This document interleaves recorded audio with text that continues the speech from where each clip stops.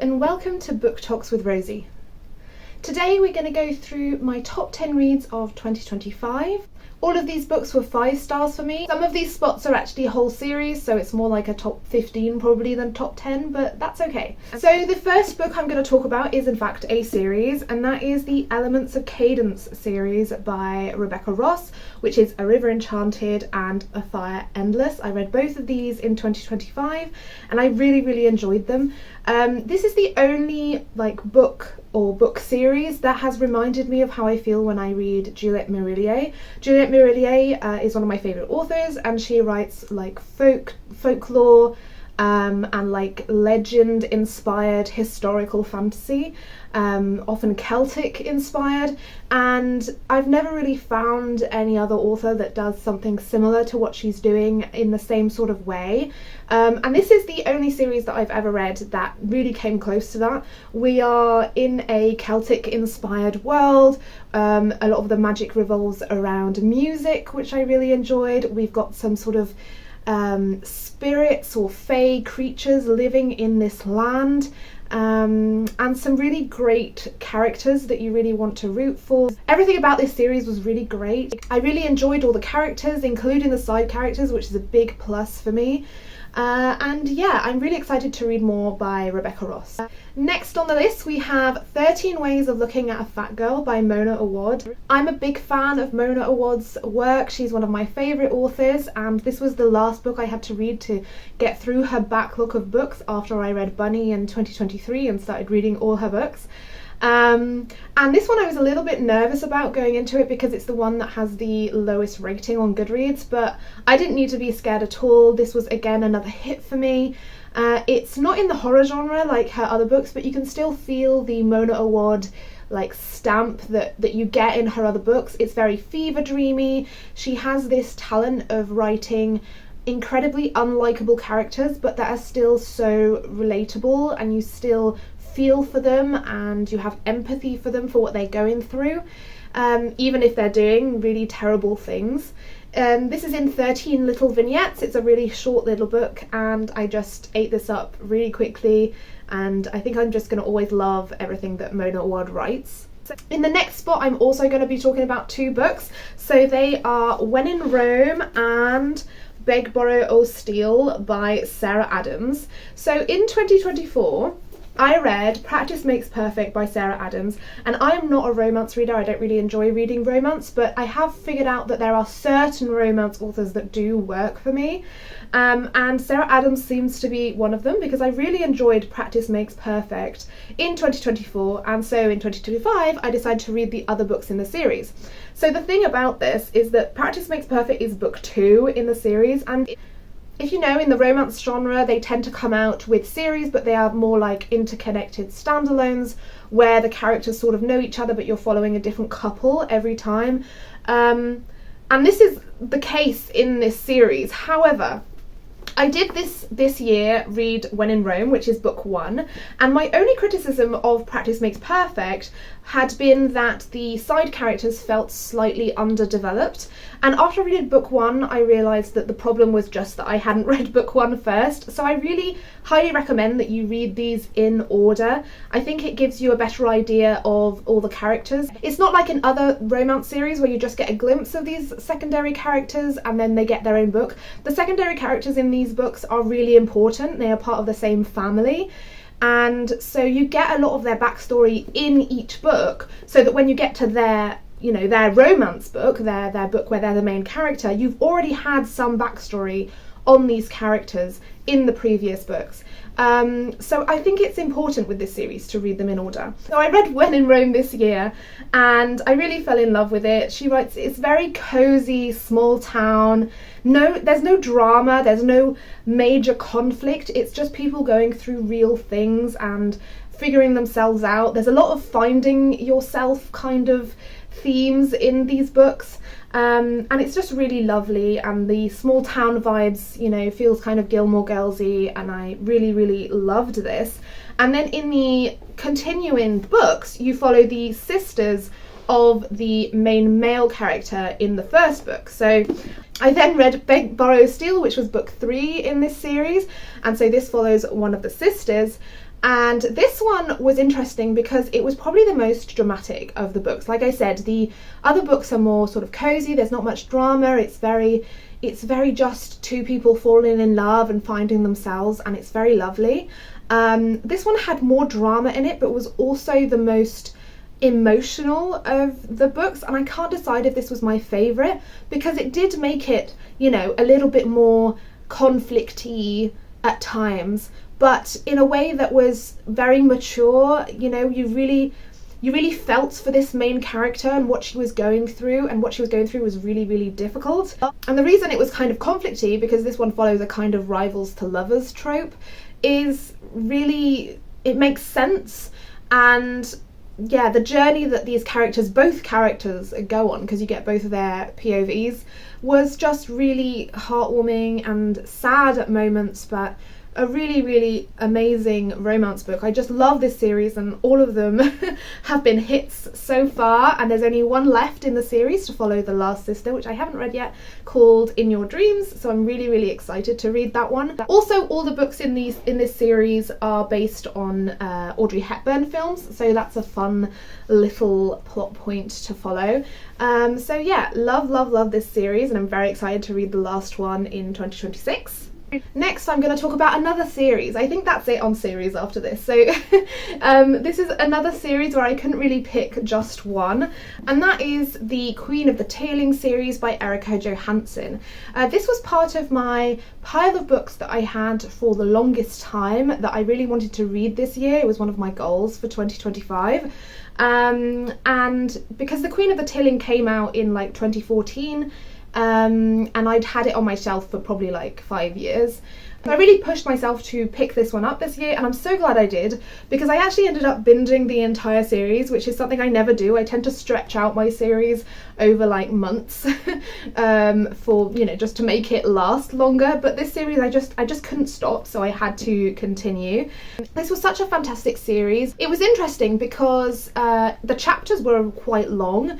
They were, you know, 40-50 page long chapters, but I just couldn't stop. The comp titles for this series are The Hunger Games and Game of Thrones, which may sound really strange, but it makes total sense when you read the book, because this is a mix between a sort of historical, medieval, epic fantasy and a dystopian. You're sort of following two timelines, one timeline which is very kind of Game of Thronesy, epic fantasy, political fantasy, and you're also following a timeline that happened before this, which seems to be our modern world, but in sort of a dystopian setting, and you're figuring out as you go along with the series what happened and how this is possible and how we got to where we are now. And you follow a really cool main character. She gives kind of a Khaleesi vibe, where she is someone who is put into power and she has to learn how to be a ruler and how to make herself respected and how to make decisions that are intelligent even though she doesn't have that much experience. It's just such a great series. This is also classified as YA, but I think it was just classified as YA because it came out at a time where YA was very popular. This is definitely not YA, it's definitely an adult series. I really recommend this series. The reason I think that it lost popularity is because the last book was very controversial. People didn't like the ending at all. I mean, some people didn't like the ending at all, but I loved it. I think it totally made sense. I saw a comment once on Goodreads saying that they didn't know whether the author had done something very lazy or genius, and I'm on the team that I think it was genius. And maybe it's because I binged the whole series in one go. But for me it totally made sense when you saw all the little plot points coming together, all the pieces of evidence that you were getting throughout these timelines through this series. The ending was bittersweet, but it made total sense for me, and I just had a great time binging this series this year. Okay, next we're going to talk about a couple of books that I don't actually own physically. So the first book we're going to talk about is Spinning Silver by Naomi Novik. I read this on my Kindle, so you can see the cover on here, but I might just put up an image for it. So Spinning Silver was definitely my kind of fantasy. I think you're going to discover through my channel that I really love folklore, fairy tale, myth-inspired fantasy, like historical fantasy. It's really my favourite kind of fantasy, especially if it's kind of slow moving. with lyrical writing, and that's really what Spinning Silver gave me. And it was very interesting because it was a total surprise to love this book, because I actually DNF'd Uprooted by Naomi Novik. I didn't enjoy that book at all. I actually DNF'd it twice. I gave it a first chance where I got about 50 pages in, and then I gave it a second chance where I got about 150 pages in, where I definitely said, okay, this is not for me. I'm really not enjoying this story, and I just moved on. However, I had heard from a few people on the book community online that some people don't like Uprooted but do like Spinning Silver, so I thought I would give Spinning Silver a chance, and I am one of those people. I loved Spinning Silver. It was so lush in its writing. It was atmospheric. I read it in the winter as well, and it's in a wintry scene, very cold atmosphere, so it really made it such a pleasant reading experience. You're following 3 different female characters, and they are so clever and cunning in their own way. They have to learn how to make their own decisions, how it's all about, you know, family and love and doing what's right, doing what they can for survival, or, you know, to help their loved ones, and getting through hardships and making, you know, difficult decisions. And it was just so amazing. Such a slow, beautiful, atmospheric read that I really enjoyed my time reading, as it made me really excited as well to read more of Naomi Novik's work, now that I know that, you know, it does sometimes work for me. The next book that I don't physically own is The Rules of Magic by Alice Hoffman, but I do have Practical Magic by Alice Hoffman, so I'm going to hold this up because it's part of the same series. They do follow each other, but you can read them on their own. They definitely stand on their own as stories. So The Rules of Magic was, if I had to rank these, this would probably be my top read of the year. It was a book with beautiful lyrical writing, which I love. Rules of Magic is sort of a historical fiction with witches and curses and magical remedies.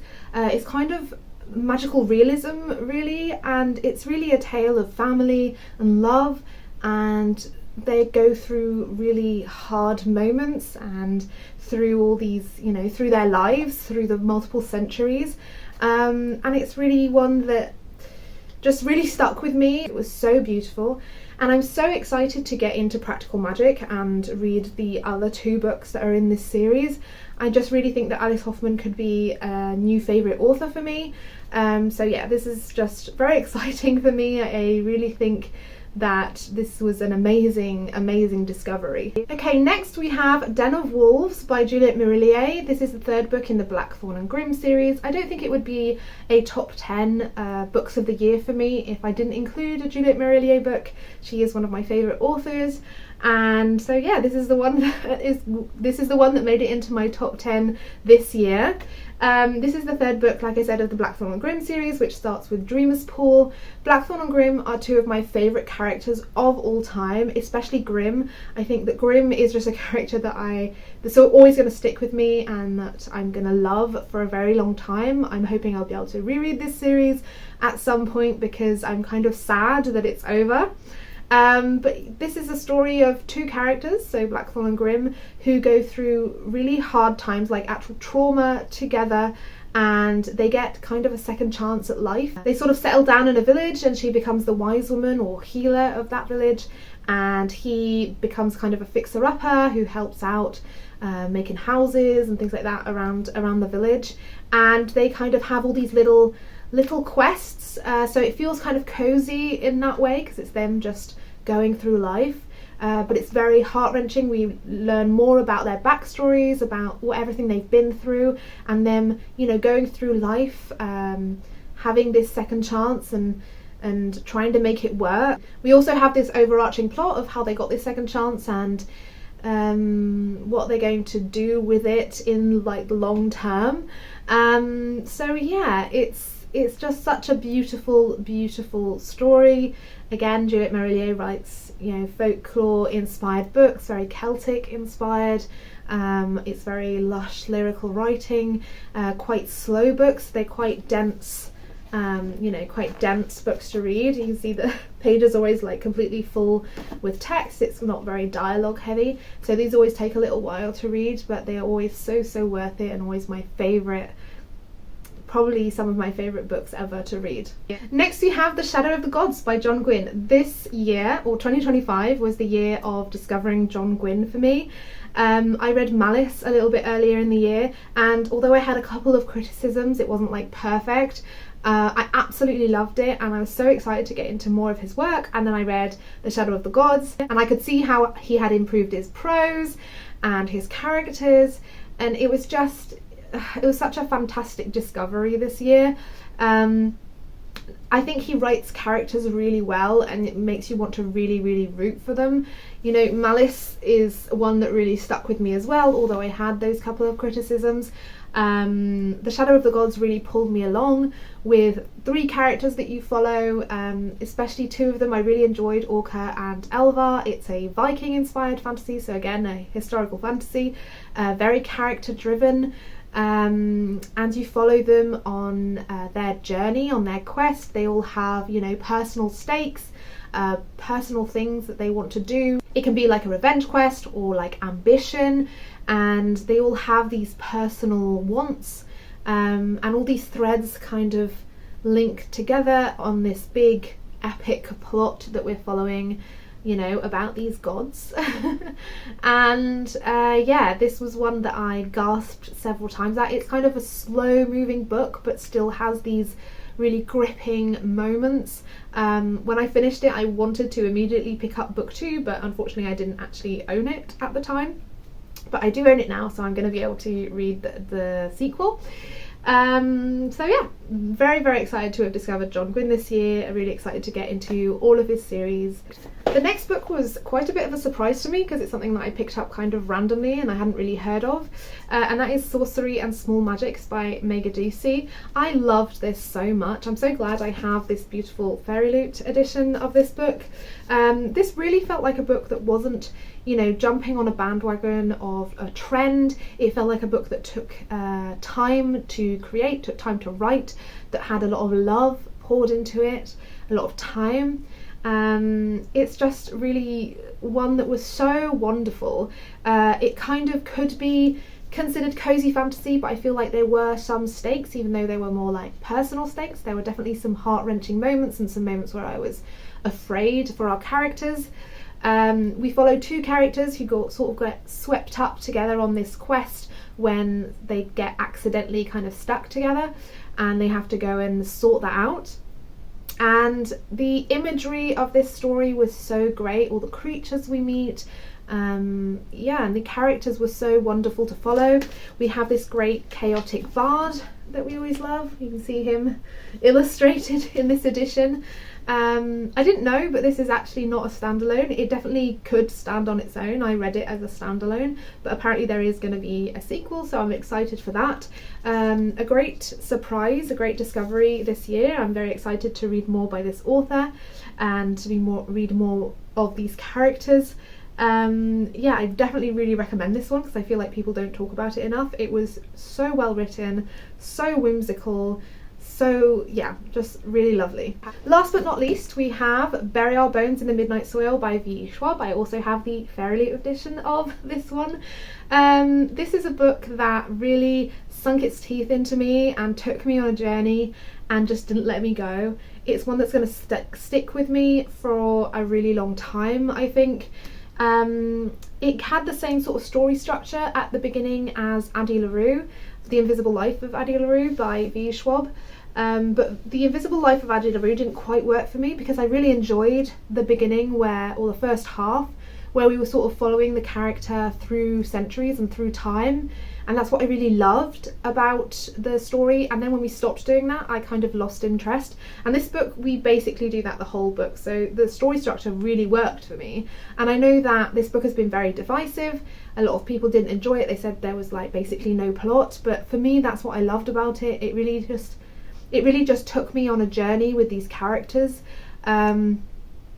You follow multiple characters in different timelines and also through time, as they have to you know, they evolve, and as they become things that they didn't think they would become. It's really a story about, you know, what it means to be human, what it means to be monstrous, what it means to be alone or dependent, and, you know, what you would do in different situations, how you evolve through time. Do you stay yourself? And it was just a story that I really, really loved. I hope that Schwab knows that the people who get it, because I know this has been quite a controversial book. It's been very hit and miss for a lot of people, but it was definitely a hit for me. Probably my favourite Schwab book that I've read so far. Vicious used to be my favourite, and this one has, I think, overtaken it.